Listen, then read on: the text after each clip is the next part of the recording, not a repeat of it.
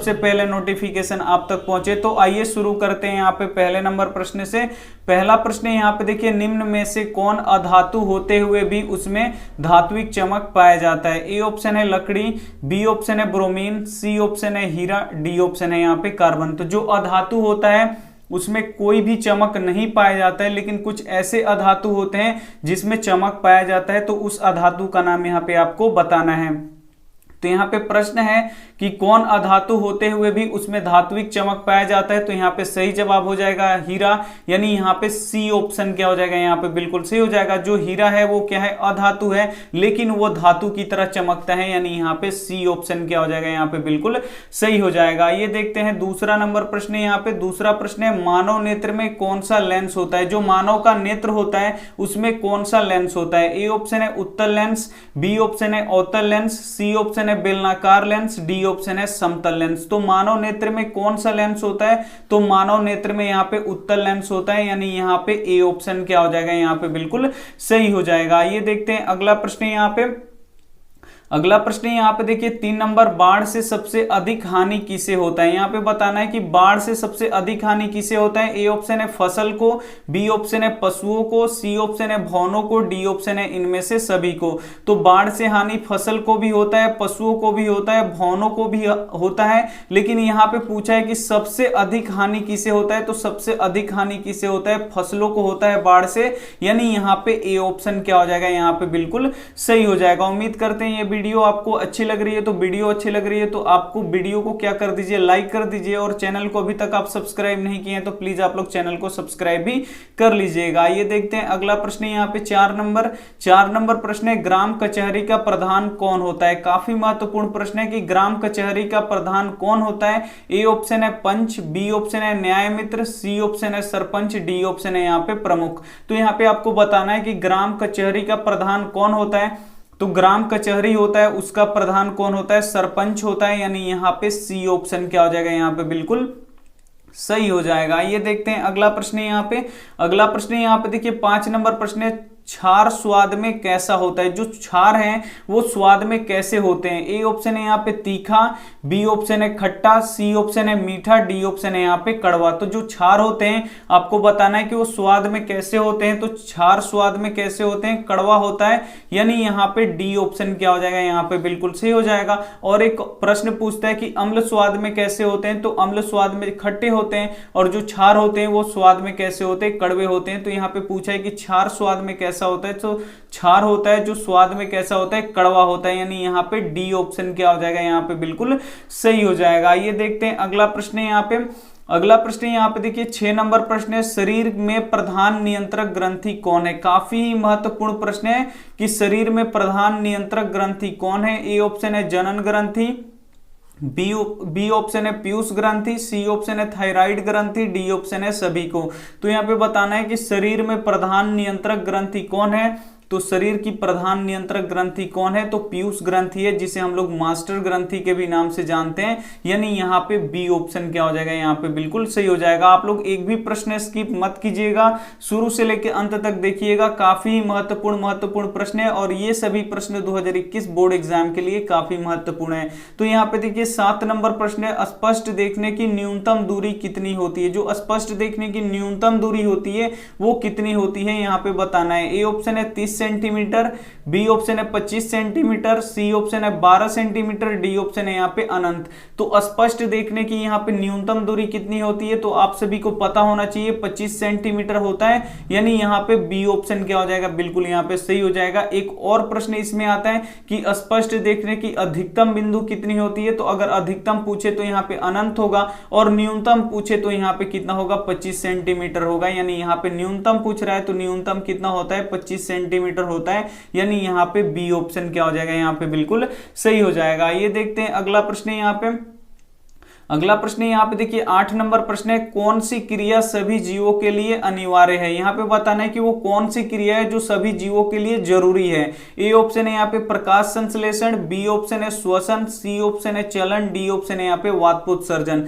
तो वो कौन सी क्रिया है जो सभी जीवों के लिए अनिवार्य है यानी जरूरी है, तो वो जो श्वसन की क्रिया है वो सभी जीवों के लिए यहाँ पे जरूरी है यानी अनिवार्य है, यानी यहाँ पे बी ऑप्शन क्या हो जाएगा, यहाँ पे बिल्कुल सही हो जाएगा। श्वसन की क्रिया सभी जीवों के लिए क्या है, यहाँ पे जरूरी है, यानी यहाँ पे बी ऑप्शन क्या हो जाएगा, यहाँ पे बिल्कुल सही हो जाएगा। ये देखते हैं अगला प्रश्न यहाँ पे। अगला प्रश्न यहाँ पे 9 नंबर देखिए, यहाँ पे मलबे के नीचे दबे हुए लोगों को पता लगाने के लिए किस यंत्र की मदद ली जाती है। काफी ही महत्वपूर्ण प्रश्न है ये कि मलबे के नीचे दबे हुए लोगों को पता लगाने के लिए किस यंत्र की मदद ली जाती है। ए ऑप्शन है दूरबीन, बी ऑप्शन है इंफ्रारेड कैमरा का, सी ऑप्शन है यहाँ पे हेलीकॉप्टरों का, डी ऑप्शन है यहाँ पे टेलीस्कोप का। तो अगर कोई व्यक्ति मलबे के नीचे दबा हुआ है और उसको पता लगाना है तो हम किस यंत्र की मदद लेंगे, तो यहाँ पे इंफ्रारेड कैमरे का यहाँ पे मदद लेते हैं, यानी यहाँ पे बी ऑप्शन क्या हो जाएगा, यहाँ पे बिल्कुल सही हो जाएगा। आप लोग एक भी प्रश्न स्किप मत कीजिएगा, शुरू से लेकर अंत तक बने रहिए और 40 प्रश्न में से आप हमें बताइएगा कि आपने कितना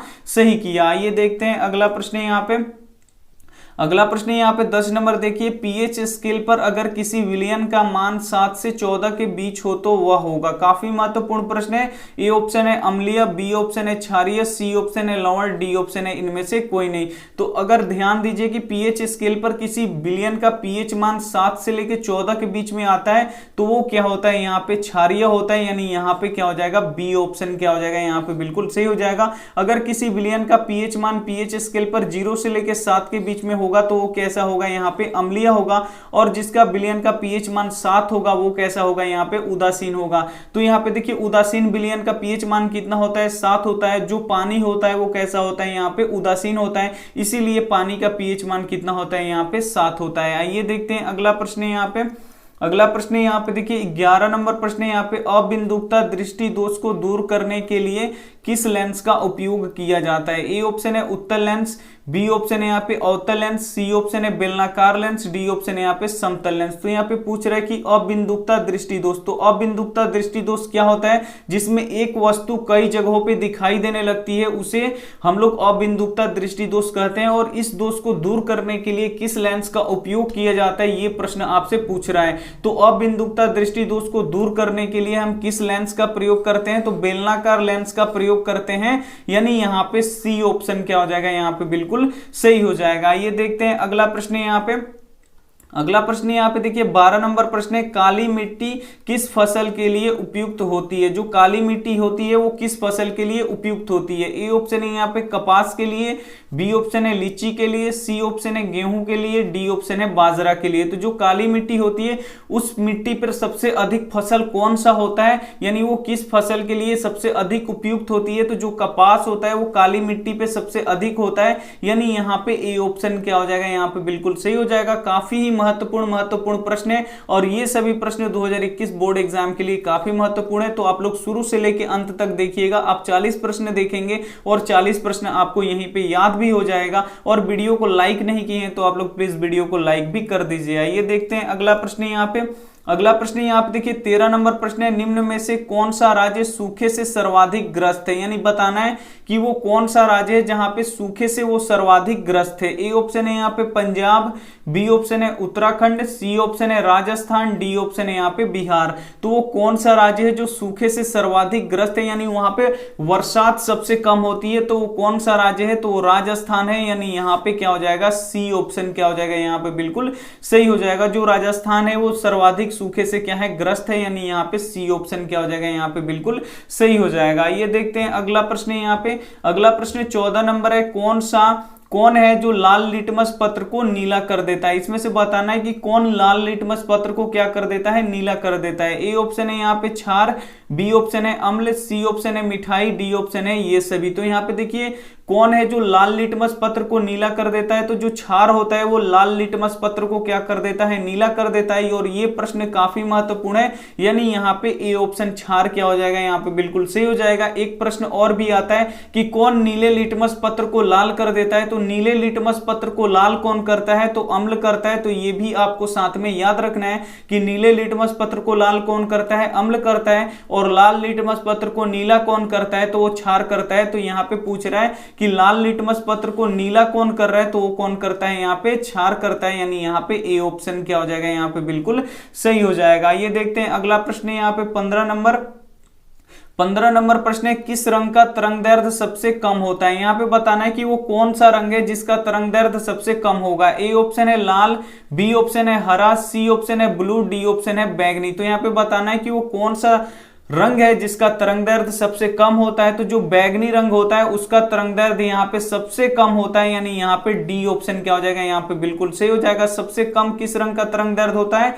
बैंगनी का। और सबसे अधिक किस रंग का तरंगदैर्ध्य होता है? तो वो लाल का होता है। अगर पूछ दे यहाँ पे कि सबसे अधिक किस रंग का तरंगदैर्ध्य होता है, तो वो लाल का होता है। और सबसे कम किस रंग का तरंगदैर्ध्य होता है? तो वो बैंगनी का होता है। तो यहाँ पे सबसे कम पूछा है, तो कम कौन सा हो जाएगा? बैंगनी हो जाएगा। यानी यहाँ पे डी ऑप्शन क्या हो जाएगा? यहाँ पे बिल्कुल सही हो जाएगा। ये देखते हैं अगला प्रश्न यहाँ पे 16 नंबर प्रश्न यहाँ पे देखिए, दाल किस पौष्टिक अंश का स्रोत है? जो दाल है, अगर दाल हम खाते हैं तो कौन सा यहाँ पे पौष्टिक अंश हमको मिलेगा? ए ऑप्शन है यहाँ पे कार्बोहाइड्रेट, बी ऑप्शन है प्रोटीन, सी ऑप्शन है विटामिन डी, डी ऑप्शन है यहाँ पे वसा। तो दाल खाने से हमें कौन सा प्रोटीन मिलेगा? यानी कौन सा यहाँ पे पौष्टिक अंश मिलेगा? तो दाल खाने से हमें बहुत मात्रा में प्रोटीन मिलता है। यानी यहाँ पे क्या हो जाएगा? बी ऑप्शन क्या हो जाएगा? यहाँ पे बिल्कुल सही हो जाएगा। और एक प्रश्न पूछता है कि किस राज्य में सबसे अधिक दाल होता है? तो किस राज्य में सबसे अधिक दाल होता है? जो मध्य प्रदेश होता है वहां पे दाल सबसे अधिक होता है। तो साथ में ये भी प्रश्न आपको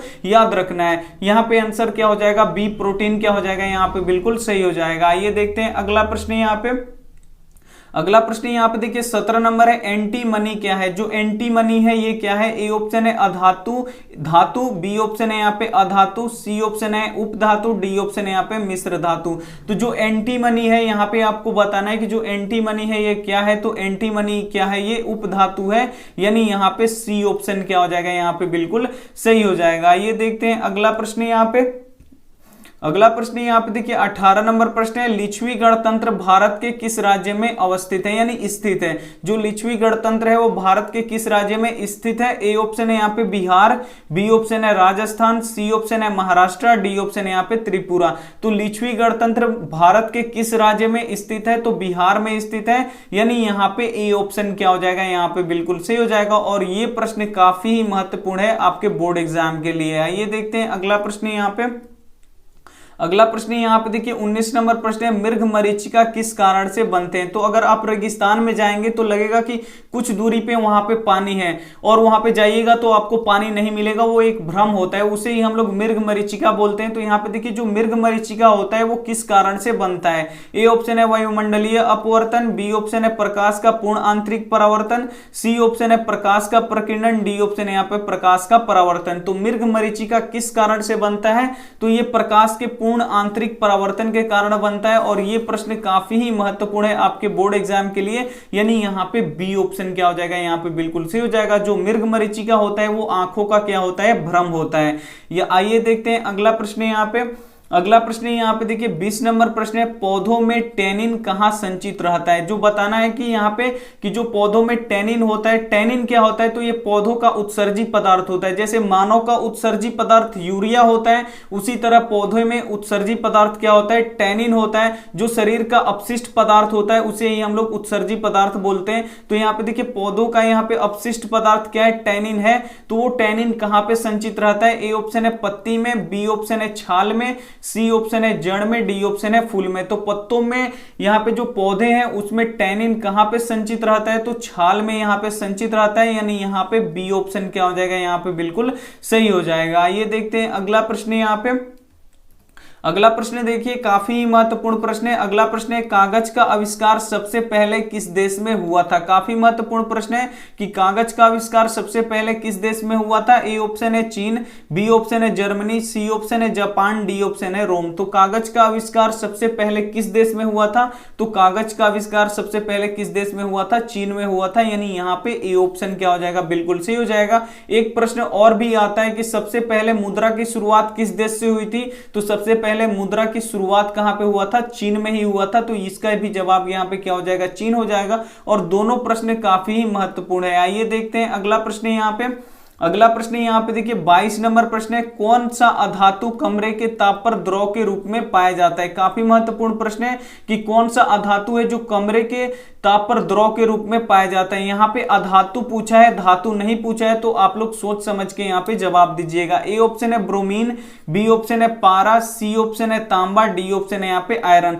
तो कौन सा अधातु है जो कमरे के ताप पर द्रव के रूप में पाया जाता है? तो ब्रोमीन वो अधातु है जो कमरे के ताप पे द्रव के रूप में पाया जाता है, यानी यहाँ पे ए ऑप्शन क्या हो जाएगा? यहाँ पे बिल्कुल सही हो जाएगा। अगर यही प्रश्न में से यहाँ से अ हटा दे तो क्या होगा इसका जवाब? यहाँ पे देखिए वो कौन सा धातु है जो कमरे के ताप पे द्रव के रूप में पाया जाता है। तो अगर धातु पूछेगा तो यहाँ पे पारा हो जाएगा, अगर अधातु पूछेगा तो यहाँ पे ब्रोमीन होगा। तो दोनों ही प्रश्न काफी महत्वपूर्ण है और दोनों ही प्रश्न बोर्ड एग्जाम के लिए काफी महत्वपूर्ण है। तो आप लोग दोनों प्रश्नों को आप लोग याद कर लीजिएगा। ये देखते हैं अगला प्रश्न यहाँ पे। अगला प्रश्न यहाँ पे देखिए 23 नंबर प्रश्न है, धर्म को राजनीति से अलग नहीं किया जा सकता, यह किसने कहा है? काफी महत्वपूर्ण प्रश्न है। ए ऑप्शन है महात्मा गांधी, बी ऑप्शन है जवाहरलाल नेहरू, सी ऑप्शन है जयप्रकाश नारायण, डी ऑप्शन है मनमोहन मालवीय। तो यहाँ पे बताना है कि किसने कहा था कि धर्म को राजनीति से अलग नहीं किया जा सकता। तो ये कहे थे महात्मा गांधी जी ने, यानी यहाँ पे ए ऑप्शन क्या हो जाएगा? यहाँ पे बिल्कुल सही हो जाएगा। जो धर्म है उसको राजनीति से अलग नहीं किया जा सकता, ये किसने कहा था? तो महात्मा गांधी ने कहा था। आइए देखते हैं अगला प्रश्न यहाँ पे। अगला प्रश्न यहाँ पे देखिए 24 नंबर प्रश्न है, जालियांवाला बाग हत्याकांड कब हुआ था जिसमें हजारों लोग मारे गए थे? ए ऑप्शन है यहाँ पे 13 अप्रैल 1919, बी ऑप्शन है 14 अप्रैल 1919, सी ऑप्शन है यहाँ पे 15 अप्रैल 1919, डी ऑप्शन है यहाँ पे 16 अप्रैल 1919। तो जो जालियांवाला बाग हत्याकांड हुआ था वो कब हुआ था? तो 13 अप्रैल 1919 को हुआ था, यानी यहाँ पे ए ऑप्शन क्या हो जाएगा? यहाँ पे बिल्कुल सही हो जाएगा। और जो 40 हम प्रश्न करवा रहे हैं वो 2021 बोर्ड एग्जाम के लिए काफी महत्वपूर्ण है। आप प्रश्नों को ही देख के समझ सकते हैं कि ये प्रश्न बोर्ड एग्जाम के लिए कितने महत्वपूर्ण है। तो अगर आप वीडियो को अभी तक लाइक नहीं किए हैं तो प्लीज आप लोग लाइक कर लीजिए और चैनल को सब्सक्राइब कर लीजिएगा और वीडियो को आप लोग शुरू से लेकर अंत तक जरूर देखिएगा। आइए देखते हैं अगला प्रश्न यहाँ पे।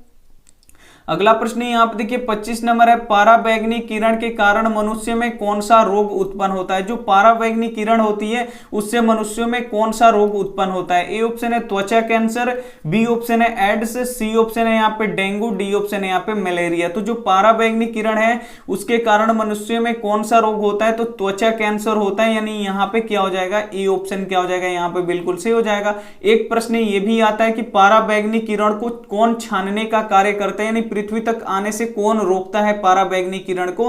तो जो ओजोन परत होता है जिसका रासायनिक सूत्र O3 होता है, ओजोन परत क्या करता है? जो पाराबैंगनी किरण होती है उसे पृथ्वी तक आने नहीं देता है। तो आपको भी पता होना चाहिए कि ओजोन का यहाँ पे रासायनिक सूत्र क्या होता है? तो O3 होता है, तो यहाँ पे आपको पता होना चाहिए। आइए देखते हैं अगला प्रश्न यहाँ पे। अगला प्रश्न यहाँ पे 26 नंबर है, लोहे का परमाणु संख्या कितना होता है? जो लोहे का परमाणु संख्या यहाँ पे आपको बताना है कि लोहे का परमाणु संख्या कितना होता है। ए ऑप्शन है 26, बी ऑप्शन है 23, सी ऑप्शन है 25, डी ऑप्शन है यहाँ पे 24। तो लोहे का यहाँ पे आपको बताना है कि परमाणु संख्या कितना होता है। तो लोहे का परमाणु संख्या यहाँ पे 26 होता है, यानी यहाँ पे ए ऑप्शन क्या हो जाएगा? यहाँ पे बिल्कुल सही हो जाएगा। ये देखते हैं अगला प्रश्न यहाँ पे। अगला प्रश्न यहाँ पे 27 नंबर देखिए, भारत का केंद्रीय बैंक कौन सा है? यहाँ पे बताना है कि भारत का केंद्रीय बैंक कौन है। ए ऑप्शन है Reserve Bank of India, B option है State Bank of India, C option है क्षेत्रीय ग्रामीण बैंक, डी ऑप्शन है यहाँ पे पंजाब नेशनल बैंक। तो यहाँ पे बताना है कि भारत का जो केंद्रीय बैंक है वो कौन सा है। तो भारत का केंद्रीय बैंक कौन है? रिजर्व बैंक ऑफ इंडिया है, यानी यहाँ पे ए ऑप्शन क्या हो जाएगा? यहाँ पे बिल्कुल सही हो जाएगा। और इस बैंक को बैंकों का बैंक कहा जाता है। जो रिजर्व बैंक होता है वो सभी बैंकों का क्या है? बैंक है। यहाँ पे भारत का केंद्रीय बैंक कौन सा है प्रश्न पूछा गया है, तो रिजर्व बैंक ऑफ इंडिया है, यानी यहाँ पे ए ऑप्शन क्या हो जाएगा? यहाँ पे बिल्कुल सही हो जाएगा। ये देखते हैं अगला प्रश्न यहाँ पे 28 नंबर प्रश्न है, जब प्रकाश की किरण किसी कण से टकराकर चारों तरफ फैल जाती है तो उसे क्या कहते हैं? ए ऑप्शन है वायुमंडलीय अपवर्तन, बी ऑप्शन है प्रकाश का पूर्ण आंतरिक परावर्तन, सी ऑप्शन है प्रकाश का प्रकीर्णन, डी ऑप्शन है यहाँ पे प्रकाश का परावर्तन। तो जब प्रकाश की किरण किसी कण से टकराकर चारों तरफ फैल जाती है तो उसे हम लोग क्या बोलते हैं? प्रकाश का प्रकीर्णन बोलते हैं, यानी यहाँ पे सी ऑप्शन क्या हो जाएगा? यहाँ पे बिल्कुल सही हो जाएगा। ये देखते हैं अगला प्रश्न यहाँ पे। अगला प्रश्न है यहाँ पे 29 नंबर, कृषि सुखाड़ क्यों होता है? जो कृषि सुखाड़ होता है वो क्यों होता है यहाँ पे बताना है। ए ऑप्शन है जल के अभाव में, बी ऑप्शन है मिट्टी के नमी के अभाव में, सी ऑप्शन है यहाँ पे मिट्टी के क्षय के अभाव में, डी ऑप्शन है यहाँ पे मिट्टी के लवणता के कारण। तो कृषि सुखाड़ क्यों होता है? तो जल के अभाव में कृषि सुखाड़ होता है, यानी यहाँ पे ए ऑप्शन क्या हो जाएगा, यहाँ पे बिल्कुल सही हो जाएगा। ये देखते हैं अगला प्रश्न है यहाँ पे। अगला प्रश्न यहाँ पे देखिए 30 नंबर प्रश्न है, बिहार में पंचायती राज्य व्यवस्था का कार्यकाल कितना होता है? ए ऑप्शन है 4 वर्ष, बी ऑप्शन है 5 वर्ष, सी ऑप्शन है 6 वर्ष, डी ऑप्शन है 7 वर्ष। तो यहाँ पे आपको बताना है कि बिहार में पंचायती राज्य व्यवस्था का कार्यकाल कितना होता है। तो ये 5 वर्षों का होता है, यानी 5 साल का होता है, यानी यहाँ पे बी ऑप्शन क्या हो जाएगा, यहाँ पे बिल्कुल सही हो जाएगा। ये देखते हैं अगला प्रश्न है यहाँ पे। अगला प्रश्न यहाँ पे देखिए 31 नंबर प्रश्न है, लोहे को जंग से बचाने के लिए किसका लेप लगाया जाता है? और ये काफी महत्वपूर्ण प्रश्न है कि लोहे को अगर जंग से बचाना है आपको तो उस पर कौन सा लेप लगाइएगा, किस चीज का। ए ऑप्शन है तांबा, बी ऑप्शन है चांदी, सी ऑप्शन है फास्फोरस, डी ऑप्शन है यहाँ पे जिंक। तो लोहे को अगर जंग से बचाना है तो उस पे किस पदार्थ का लेप लगाया जाएगा? तो जिंक का यहाँ पे लेप लगाया जाएगा, यानी यहाँ पे डी ऑप्शन क्या हो जाएगा, यहाँ पे बिल्कुल सही हो जाएगा। अगर वीडियो अभी तक आप लाइक नहीं किए हैं तो प्लीज आप लोग वीडियो को लाइक भी कर दीजिए और आप लोग शुरू से लेकर अंत तक वीडियो को जरूर देखिएगा। ये देखते हैं अगला प्रश्न यहाँ पे 32 नंबर प्रश्न यहाँ पे देखिए, वायुमंडल को कितने परतों में बांटा गया है? जो हमारा वायुमंडल है उसे कितने परतों में बांटा गया है? ए ऑप्शन है 4, बी ऑप्शन है 5, सी ऑप्शन है 3, डी ऑप्शन है यहाँ पे 6। तो हमारे वायुमंडल को कितने परतों में बांटा गया है? तो 5 यहाँ पे भागों में बांटा गया, यानी 5 परतों में बांटा गया है, यानी यहाँ पे बी ऑप्शन क्या हो जाएगा, यहाँ पे बिल्कुल सही हो जाएगा। और वो परत कौन कौन से होते हैं? तो क्षोभ मंडल होते हैं, समताप मंडल होता है, मध्य मंडल होता है, आयन मंडल होता है और क्या होता है, एक बहिर्मंडल होता है। तो ये क्या होता है, 5 भागों में बांटा गया, यानी 5 परतों में हमारे वायुमंडल को क्या कर दिया गया है, बांटा गया है, यानी यहाँ पे बी ऑप्शन क्या हो जाएगा, यहाँ पे बिल्कुल सही हो जाएगा। आइए देखते हैं अगला प्रश्न यहाँ पे। अगला प्रश्न यहाँ पे 33 नंबर प्रश्न है, छापखाना का आविष्कार किसने किया था? जो छापखाना है यानी जो प्रिंटिंग मशीन होता है उसका आविष्कार किसने किया था? ए ऑप्शन है गैरीबाल्डी, बी ऑप्शन है मेजनी, सी ऑप्शन है गुटेनबर्ग, डी ऑप्शन है यहाँ पे मुसोलिन। तो यहाँ पे बताना है कि छापखाना का आविष्कार किसने किया था। तो छापखाना का आविष्कार किसने किया था?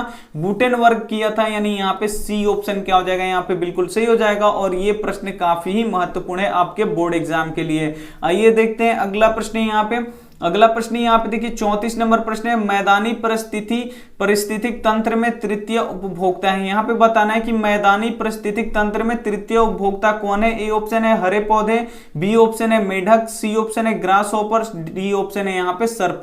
तो यहाँ पे देखिए जो हरे पौधे होते हैं उसको उत्पाद बोला जाता है और जो हरे पौधे को खाते हैं उसे हम लोग क्या बोलते हैं, प्राथमिक उपभोक्ता बोलते हैं। यानी जो ग्रास हॉपर होते हैं, जो छोटे मोटे कीड़े मकोड़े होते हैं वो घास को खाते हैं, तो वो हो गए यहाँ पे प्राथमिक उपभोक्ता। और यहाँ पे देखिए ग्रास हॉपर यानी छोटे छोटे कीड़ों को कौन खाता है, मेढक खाता है, तो यहाँ पे मेढक हो गया दूसरा उपभोक्ता। और मेढक को कौन खाता है, यहाँ पे सांप खाता है, तो यहाँ पे जो सांप हो जाएगा यहाँ पे तृतीय उपभोक्ता हो जाएगा। तो यहाँ पे पूछ रहा है कि तृतीय उपभोक्ता कौन होगा, तो तृतीय उपभोक्ता यहाँ पे सांप होगा, यानी यहाँ पे डी ऑप्शन क्या हो जाएगा, यहाँ पे बिल्कुल सही हो जाएगा। प्रश्न इसमें भी पूछता है कि उत्पाद किसे कहते हैं, तो जो हरे पौधे होते हैं उसे उत्पाद बोला जाता है, तो ये भी आपको यहाँ पे पता होना चाहिए। आइए देखते हैं अगला प्रश्न यहाँ पे। अगला प्रश्न यहाँ पे देखिए 35 नंबर प्रश्न है, दूध से दही बनना कैसी रासायनिक अभिक्रिया है। यहाँ पे बताना है कि अगर कोई दूध है, दूध से अगर दही बन जाता है तो वो कैसी रासायनिक अभिक्रिया है। ए ऑप्शन है यहाँ पे भौतिक परिवर्तन है, बी ऑप्शन है रासायनिक परिवर्तन है, सी ऑप्शन है दोनों, डी ऑप्शन है इनमें से कोई नहीं। तो दूध से दही बनना कैसा परिवर्तन है, तो ये रासायनिक परिवर्तन है, यानी यहाँ पे क्या हो जाएगा, बी ऑप्शन क्या हो जाएगा, यहाँ पे बिल्कुल सही हो जाएगा। ये देखते हैं अगला प्रश्न यहाँ पे। अगला प्रश्न यहाँ पे देखिए 36 नंबर प्रश्न है, भूमि, शांति और रोटी ये 3 नारे किसने दिए। काफी ही महत्वपूर्ण प्रश्न है ये कि भूमि, शांति और रोटी ये 3 नारे किसने दिए। ए ऑप्शन है लेनिन ने, बी ऑप्शन है ट्राटस्की ने, सी ऑप्शन है स्टालिन ने, डी ऑप्शन है यहाँ पे कार्ल मार्क्स ने। तो भूमि, शांति और रोटी ये 3 नारे किसने दिए थे, तो लेनिन ने दिए थे, यानी यहाँ पे ए ऑप्शन क्या हो जाएगा, यहाँ पे बिल्कुल सही हो जाएगा। आइए देखते हैं अगला प्रश्न है यहाँ पे। अगला प्रश्न यहाँ पे देखिए 37 नंबर प्रश्न है, यहाँ पे वायुमंडल में किस रंग का प्रकीर्णन सबसे अधिक होता है। और ये महावीवीआई ऑब्जेक्टिव प्रश्न है कि वायुमंडल में किस रंग का प्रकीर्णन सबसे अधिक होता है। ए ऑप्शन है नीला, बी ऑप्शन है यहाँ पे पीला, सी ऑप्शन है लाल, डी ऑप्शन है यहाँ पे काला। इस प्रश्न में काफी बच्चे गलत जवाब देंगे। तो यहाँ पे देखिए वायुमंडल में किस रंग का प्रकीर्णन सबसे अधिक होता है, तो जो नीला रंग होता है उसका प्रकीर्णन वायुमंडल में सबसे अधिक होता है। इसीलिए जो हमारा आकाश है वो कैसा दिखाई देता है, नीला दिखाई देता है, क्योंकि जो नीला रंग होता है उसका प्रकीर्णन सबसे अधिक होता है। तो इसीलिए जो हमारा आकाश है वो कैसा दिखाई देता है, नीला दिखाई देता है। तो अगर आप आज के बाद प्रश्न पूछे कि वायुमंडल में किस रंग का प्रकीर्णन सबसे अधिक होता है, तो किस रंग का प्रकीर्णन सबसे अधिक होता है, नीला। और किस रंग का प्रकीर्णन सबसे कम होता है, तो जो लाल होता है उसका प्रकीर्णन यहाँ पे सबसे कम होता है। आइए देखते हैं अगला प्रश्न। यहाँ पे अगला प्रश्न यहाँ पे देखिए 38 नंबर प्रश्न है, इसमें से कौन विनाशकारी आपदा है। इसमें से पहचानना है आपको कि कौन वो है आपदा है जो सबसे विनाशकारी है। ए ऑप्शन है भूस्खलन, बी ऑप्शन है सुनामी, सी ऑप्शन है बाढ़, डी ऑप्शन है यहाँ पे भूकंप। तो यहाँ पे बताना है कि वो कौन सी आपदा है जो सबसे विनाशकारी है। तो जो भूकंप है वो सबसे विनाशकारी आपदा होता है, यानी यहाँ पे डी ऑप्शन क्या हो जाएगा, यहाँ पे बिल्कुल सही हो जाएगा। ये देखते हैं अगला प्रश्न। यहाँ पे अगला प्रश्न यहाँ पे 39 नंबर प्रश्न है, लाफिंग गैस का रासायनिक सूत्र क्या होता है। ए ऑप्शन है N2O, बी ऑप्शन है N2, सी ऑप्शन है SO2, डी ऑप्शन है O2।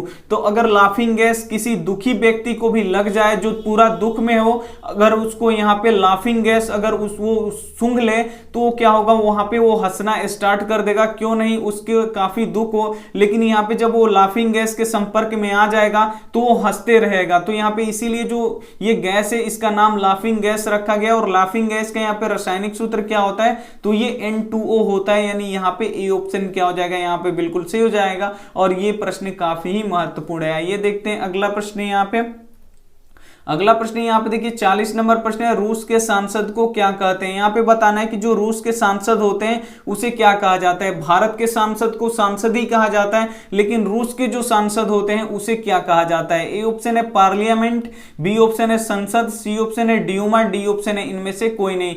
तो रूस के सांसद को क्या कहा जाता है, ड्यूमा कहा जाता है, यानी यहाँ पे सी ऑप्शन क्या हो जाएगा, यहाँ पे बिल्कुल सही हो जाएगा। यहाँ पे हमारे 40 महत्वपूर्ण ऑब्जेक्टिव प्रश्न समाप्त हो रहे हैं। और ये 40 ऑब्जेक्टिव प्रश्न काफी ही महत्वपूर्ण है। तो आप लोग अगर स्किप कर दिए होंगे तो आप लोग फिर से शुरू से वीडियो देख लीजिए, और जो प्रश्न आपको याद नहीं है उसे नोटबुक पे लिख के याद कर लीजिए, ताकि ये प्रश्न आपको याद हो जाए, क्योंकि ये प्रश्न 40 काफी महत्वपूर्ण है आपके लिए। तो आइए देखते हैं यहाँ पे होमवर्क प्रश्न। यहाँ पे ये रहा आपका होमवर्क प्रश्न, इसका जवाब आपको कमेंट बॉक्स में क्या कर देना है, यहाँ पे देखिए तीन कठिया प्रणाली किन पर लागू की गई थी। जो तीन कठिया प्रणाली थी वो किन पर लागू की गई थी। ए ऑप्शन है उद्योगपतियों पर, बी ऑप्शन है व्यापारियों पर, सी ऑप्शन है श्रमिकों पर, डी ऑप्शन है किसानों पर। तो जो भी प्रश्न आप यहाँ पे जो भी आंसर आपको सही लगे वो आप हमें क्या कर सकते हैं, कमेंट कर सकते हैं। ए बी सी ऐसे कमेंट मत कीजिएगा, पूरा नाम लिख के आप लोग क्या कर दीजिएगा, कमेंट कर दीजिएगा। अगर वीडियो अच्छी लगी हो, मेहनत अच्छी लगी हो, तो आप लोग जरूर वीडियो को लाइक कर दीजिएगा। अपने दोस्तों, अपने भाई बहनों के पास इस वीडियो को जरूर शेयर कीजिएगा। चैनल को अभी तक आप सब्सक्राइब नहीं किए हैं तो चैनल को सब्सक्राइब कर लीजिएगा, और बेल आइकन को ऑल पे दबाना बहुत ही जरूरी है। तभी जब हम लाइव क्लास लेते हैं या वीडियो अपलोड करेंगे तो सबसे पहले नोटिफिकेशन आप तक पहुंचेगा और लाइव क्लास में आप जुड़ सकते हैं। तो बेल आइकन को दबाना आपके लिए काफी महत्वपूर्ण हो जाता है। सब्सक्राइब करने के साथ साथ जो बेल आइकन होता है उसको ऑल पे आप लोग दबा लीजिएगा। Thank you for watching. मिलते हैं अगली वीडियो में, तब तक अपना ध्यान रखिए, मन लगा के पढ़ाई कीजिए। Take care and bye.